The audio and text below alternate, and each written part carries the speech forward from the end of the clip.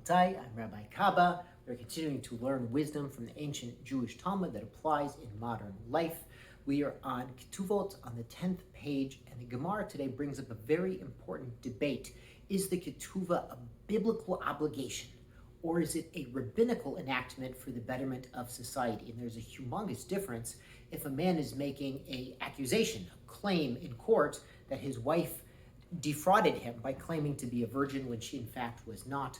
Well, if it's merely a rabbinical enactment, then the standard of proof is lower compared to a biblical obligation. Then it would need two qualified witnesses for her to lose the ketuvah. The ketuvah functioned in part as financial security. If a man passed away, it would provide his wife with some money to get back on her feet, or if he divorced her, it was an automatic amount that she got as a settlement.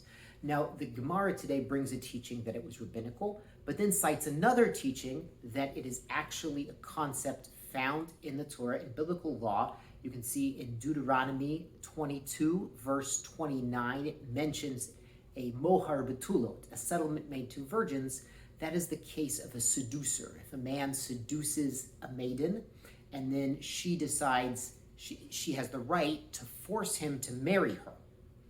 And if she doesn't want to marry him, then he's on the hook to pay a fine, to pay a penalty in the amount of the settlement made to virgins. So we see that the Torah, the Bible itself, is referencing a financial amount given upon marriage to virgins.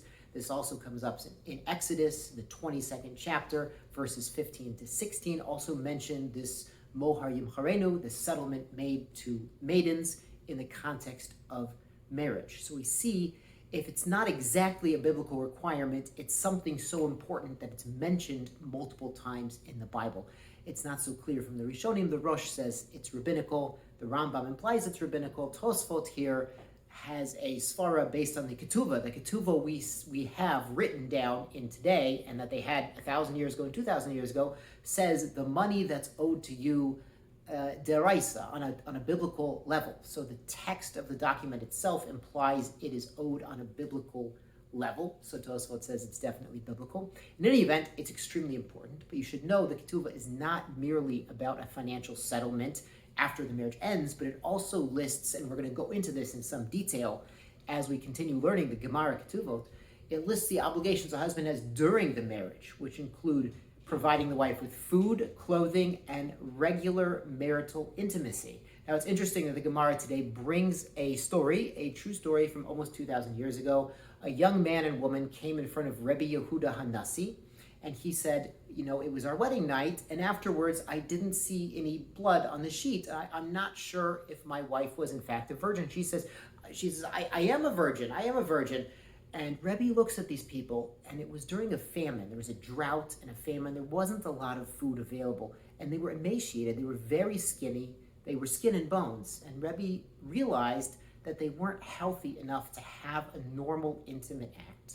So Rabbi Yehuda Hanassi himself was wealthy. Thank God he was friends with one of the Roman emperors. He was among the upper echelons of society. So he provided them with ample food and drink, had them go to the bathhouse, had them get a little healthy again, and then gave them a room, and they went and they did their thing, and thank God it worked out, and they were able to have normal, fulfilling relations. And this is a reminder that our physical health, our bodies in a sense are on loan from God, who created our bodies, gave them to us. Our physical health is something we need to take care of. Back 2,000 years ago, the danger was not enough food, not enough nutrition.